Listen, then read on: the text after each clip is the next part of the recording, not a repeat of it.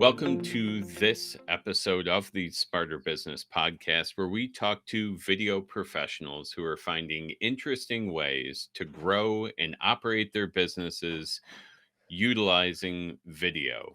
If you like the content you hear today, please subscribe, share, and review this podcast wherever you are listening to or watching it. We have a really exciting guest today from across the country, Stephen Pope of SGP Labs. Stephen, it's great to have you. Yeah, great to be here. I'm really honored that you had me on here. Yeah. I think we've got a lot of interesting things to talk about. So, Yeah, we're both uh, video guys. yeah, both video guys, both on green screens, right? Yeah. If it makes you more comfortable, I can shut off my background, right? And we can both just rock the Oh chroma no, green. no, I So, like yours. I had a technical snafu. That's why you see all right. the pure green screen. That's all right. It's real that way, right? Well, let's do this, Stephen. Why don't you go ahead and introduce yourself, and kind of what SGP Labs is all about? Yeah. So my name's Stephen Pope, and SGP Labs is really a company that helps people use video, use content repurposing, and use social media to generate revenue. And that's in a nutshell. So I work with companies that are just building out their marketing strategy and want to use video as a centerpiece of that. So people that have uh, that want to do video but haven't really proven out a marketing strategy that works yet. So how do we get that up and running and going and actually generating revenue? And then I also work with people that already have a proven marketing strategy that are creating content and it's actually working. It's bringing in clients. And then I help them really scale up that content marketing strategy and the content distribution, the content repurposing, so that they can really just amplify what's already working well. Excellent. Yeah, I mean, it's such an important space right now, especially I always talk about how how like truly transformational it can be for smaller companies. Just having the reach that we all have now, right? And Right. being able to talk to a lot more people. So, Yeah. Yeah. I think it is a big opportunity. The only catch there is that you treat it as one. It's not necessarily treated as just like, oh, let's not like make this as a centerpiece. Let's just kind of bolt this on to everything else that we're doing. Because then what I find is people are just kind of like they don't want to miss the opportunity, but they're not really invested in the opportunity. that's an excellent point. If you're going to do it right, right? Yeah, yeah, go all in. Yeah. I mean, a lot of the times what companies are doing, the reason why they're looking for something else is because what they're doing isn't achieving what they want. Mhm. But then companies then also have this hoarding mentality. Okay, so I'm looking for something else because I don't like what I'm doing, but I'm not really willing to get rid of what I'm doing or tone it down or whatever that is.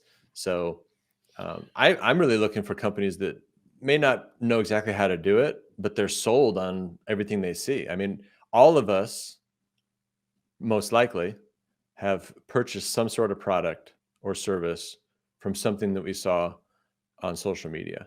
Um, and most of us have gone through the experience ourselves, but for some reason, people have a hard time imagining themselves doing the same thing.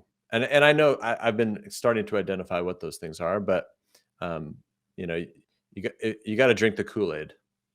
Yeah, I would agree. I would agree. And that makes it all the easier to kind of show people the path, right? If you have your own success story to draw on, and Yeah, of course clients as well. right. Uh but yeah, I would agree with that 100%. And the bolting video on to an existing marketing plan is an interesting way to look at it, and I think something that is common that doesn't always work, because the same way that if we go further down the video hole, the same way that a video you make for YouTube might not be appropriate for LinkedIn or something like that. Like taking a strategy that you developed for, I don't know, print and applying it to video is not going to necessarily get you the best result. So very well said there. So now I'm going to stick it to you on the just to kind of put a bow on this SGP Labs, what you do. Can you boil that, what we do, down to one single sentence, which is difficult? Yeah, so I help entrepreneurs and organizations leverage video, content repurposing, and the power of social media to generate revenue. All right. Well, that's very nice. Very well done. Well done. And I think that was in your explanation more or less, right? So that you Well, already did the one sentence thing. it could, yeah. Uh, It's like I mean, we've all been working on that sentence for right. what seems like eternity, Yes. That's and yeah, the old elevator pitch, right? No and more and elevators, but still important. and I think it's important too because like it's important to get that sentence right, and it's also important to realize that the sentence takes time to develop. Oh So yeah.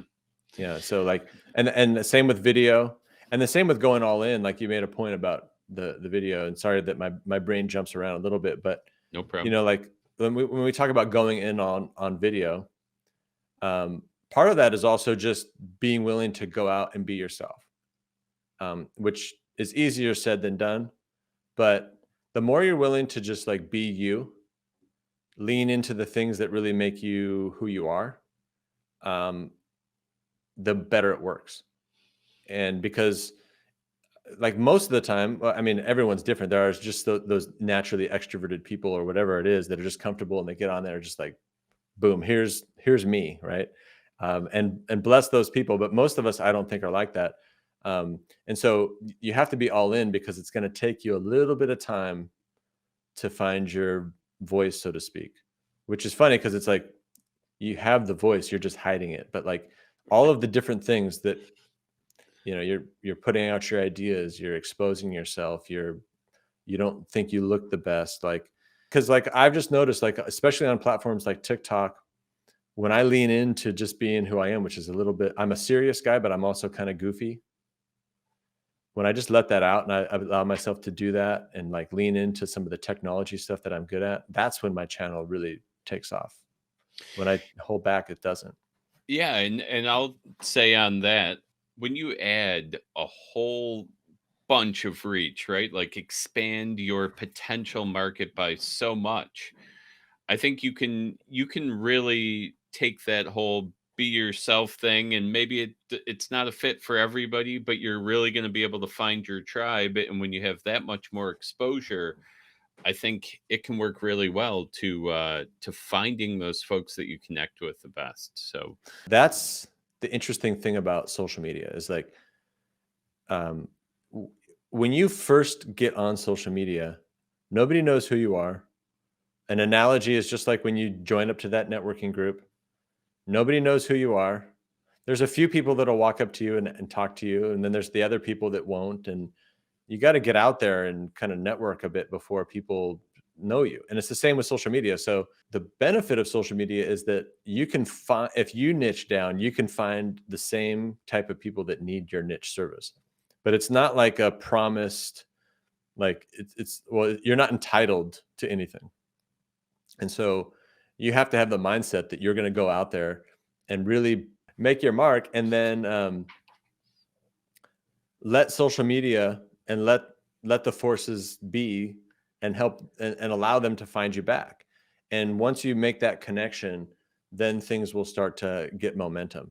But it takes some like blind faith. But it's no different than the networking group. If you go to the networking group and you're on a wallflower, it's not going to do anything for you unless there's somebody in that group that comes and coddles you and brings you out and says, "Hey, come on, let's do it. You got this," and pulls you out. The same thing is going to happen on social media. And social media is just a networking group that is scalable. Yeah, I think that's very well put. And if I can take the analogy even further from the networking group, Yeah. that's it's been my experience, right? You go to that group and you might shake some hands and meet some interesting people in the group, but the real magic happens from any of those types of groups when you break off and have your own conversation, right? When you Hmm. grab coffee with somebody or set up a longer form meeting and can really dig deeper. So I'll say social media can benefit from that stuff too, right? So that is the next step there. Yeah, and Yep. it's a mindset too, right? Because we've all had that experience where we were nervous to go to some event, and we get there, our hands are kind of clammy or whatever it is. You're just nervous. You probably don't want to be there if you're introverted at all. If you're extroverted, you probably just you love it. But if you're an introverted type, but then it's like you have to have faith that you remember back to that event and you're like, okay, I started talking to a few people, I started warming up, and by halfway through, you were chatting it up with people, and then you left that event and you're like, yeah, that was actually fun, you know.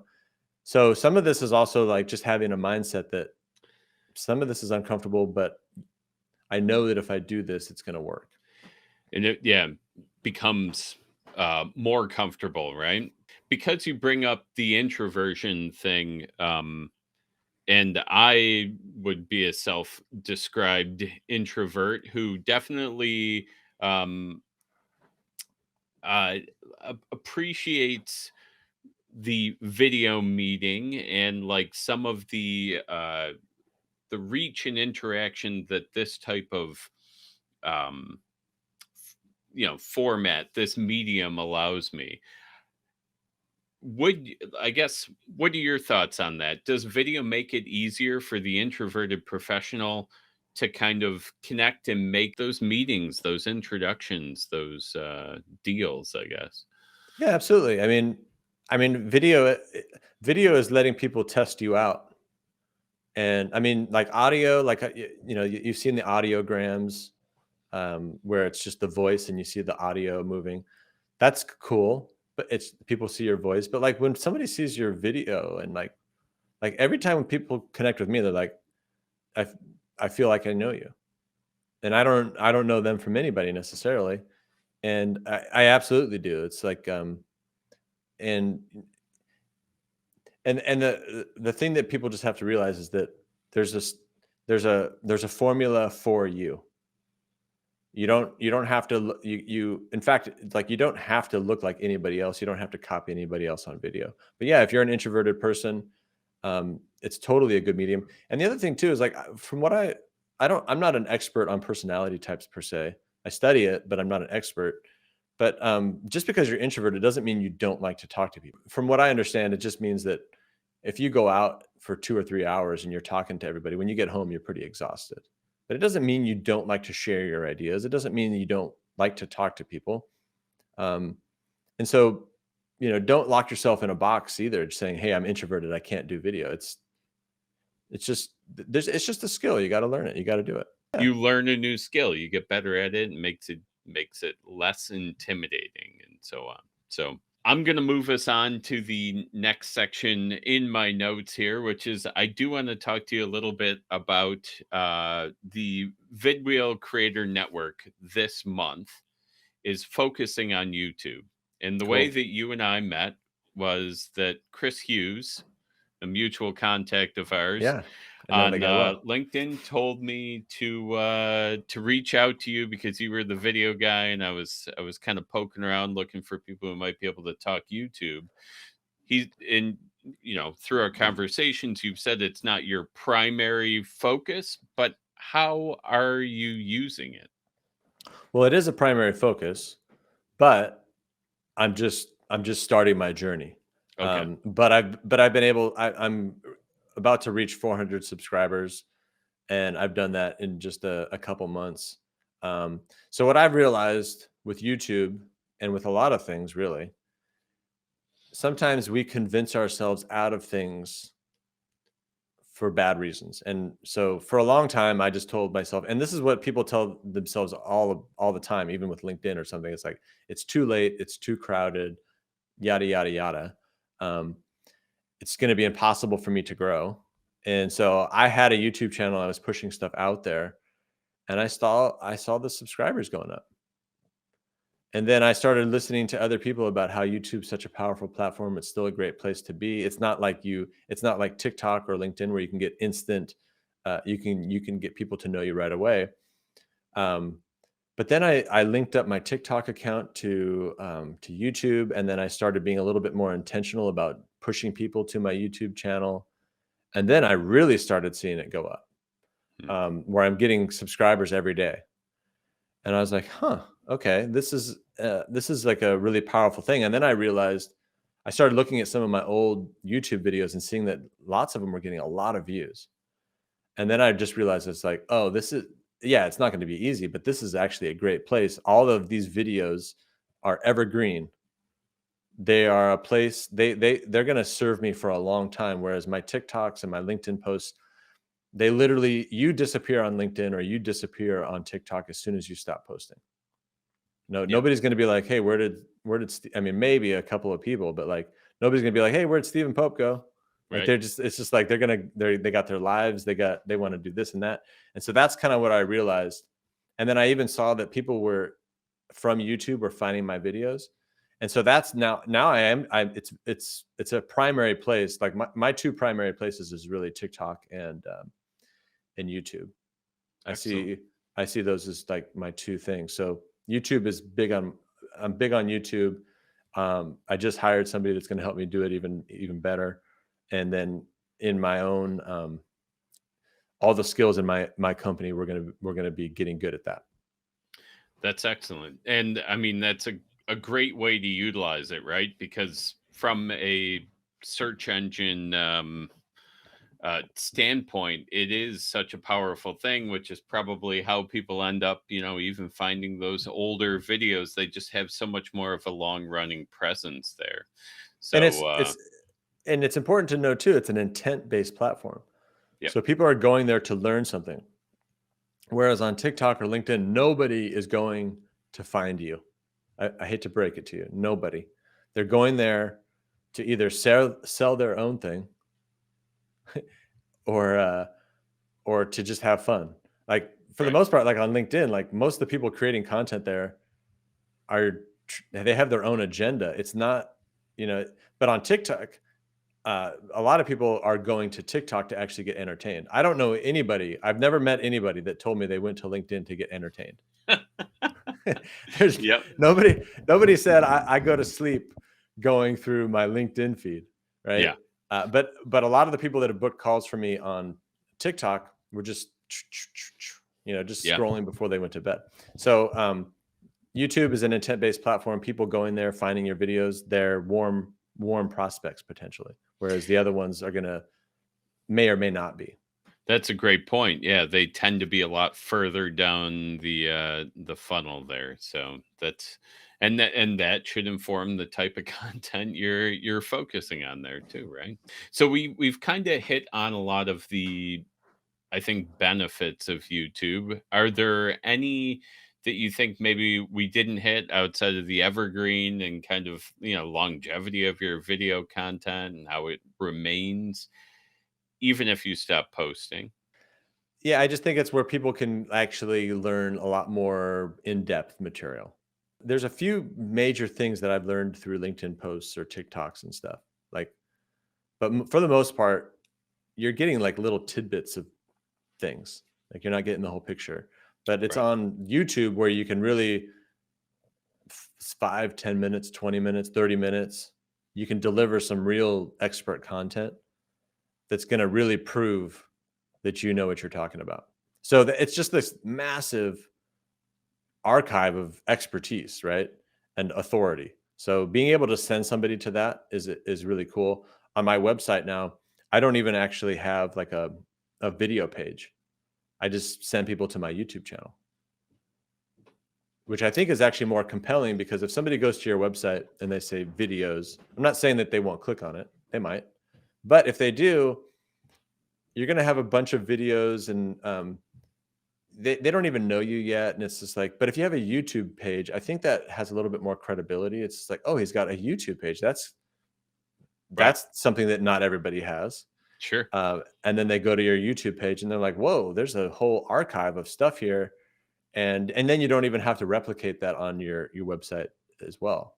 And then people can actually subscribe to it versus they can't subscribe to your website. And Sure. so that's another major benefit as well. Yeah, that's a great point. And I will say I have been to YouTube channels where, yeah, instant credibility, right? When you have a channel that's full of videos, you see people are consuming and interacting, especially, right? And it really works well.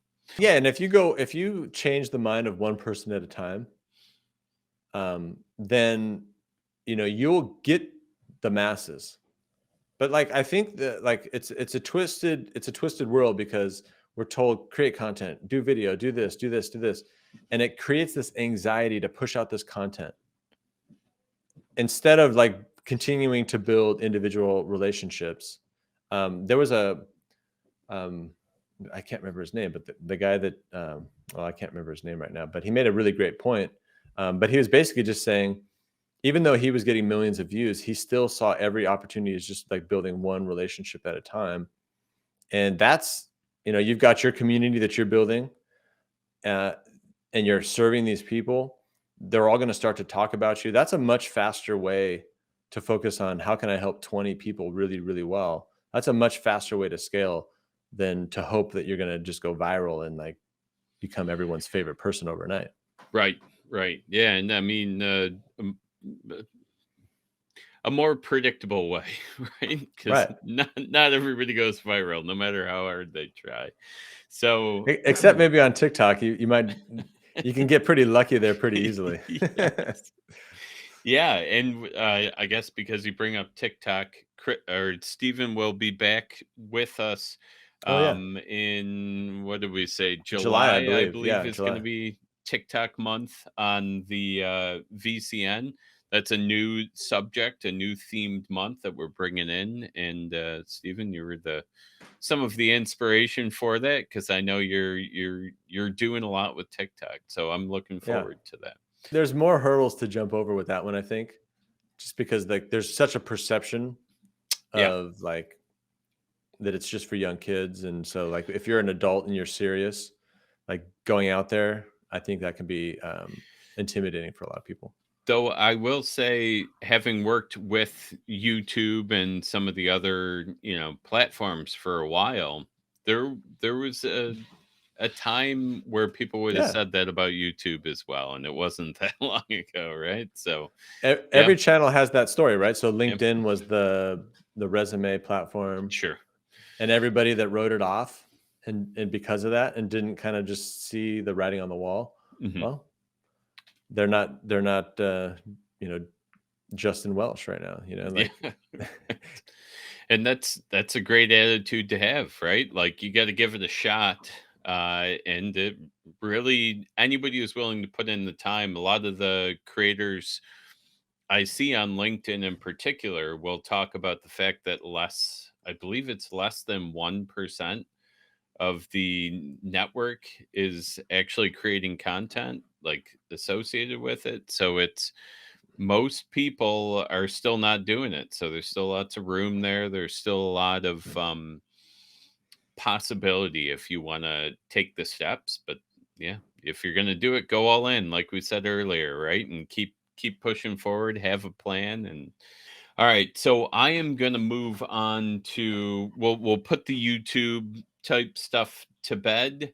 I'm going to uh, go to a question that I do on every one of these podcasts, which is asking the question. It's called the Smarter Business Podcast. What is one thing that you've done to make your business or a client's business smarter? I mean, having a good strategy. I mean, strategy matters. So like you think of a marketing strategy, you've got your who are you targeting? What are you offering? What makes you different? Where are you going to do this marketing? How are you going to get it all done? What are the tactics? Like each one of those things is a place where you have leverage, and a good strategy is where I think most people don't really spend a lot of time. And it's like they'll look at LinkedIn and they'll jump into LinkedIn, but there's still no real strategy behind their marketing. Right. So it's like everything just kind of feels like Yeah. there's no focus and no uh, and you can tell, but you can tell people moving around. They're like, just there's no real focus. Like if you see some, like there's a guy, Chris Walker, Hmm. on LinkedIn. I mean, just the extreme focus that you can exhibit from this guy, and it's completely evident in how fast his business is growing, right? Yeah. Um, like you don't need a LinkedIn coach. All you need to do is go to Chris Walker's profile, go into his activity feed, and just study what he does for a couple of days.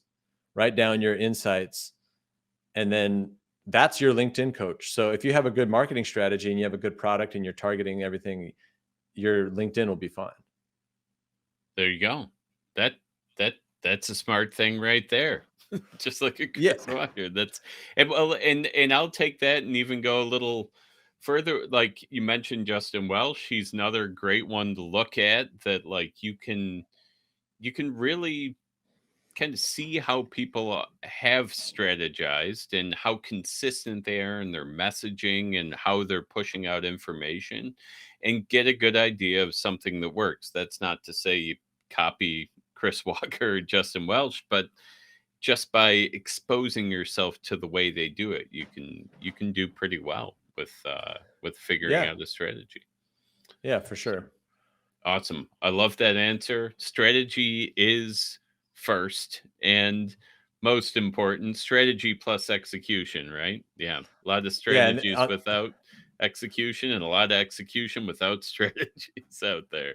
So, yeah. And then on the execution part, like that, the TikTok has just been crazy. yeah. I mean, the people that are doing that well are a bunch of my clients have really grown there quite a bit, like Mhm. even faster than me, which I'm like, hey, how you doing? But I'm glad to see that, right?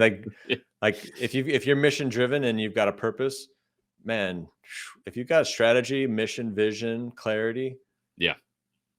good product, bam, that's you don't need all this platform coaching. You don't need all these crazy hooks. You don't need I mean, all those things are obviously tactical things that you can do, but like, connecting with someone behind a mission, vision, product, that's what really connects and does something.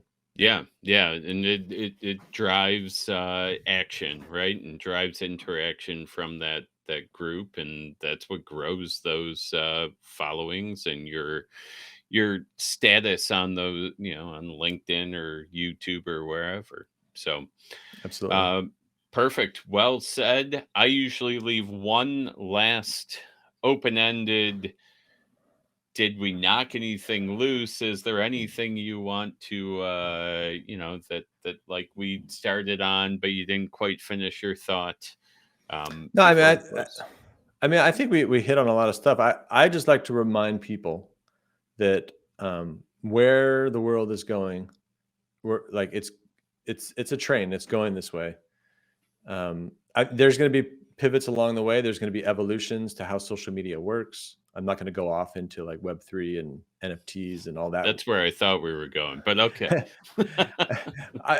That's interesting stuff. I think Yep. a lot of this social media stuff will be democratized, so that we're not necessarily like reliant on an algorithm giving us organic reach, which can be kind of frustrating. Hmm. Um, but like being more present right now, like the world is not going backwards.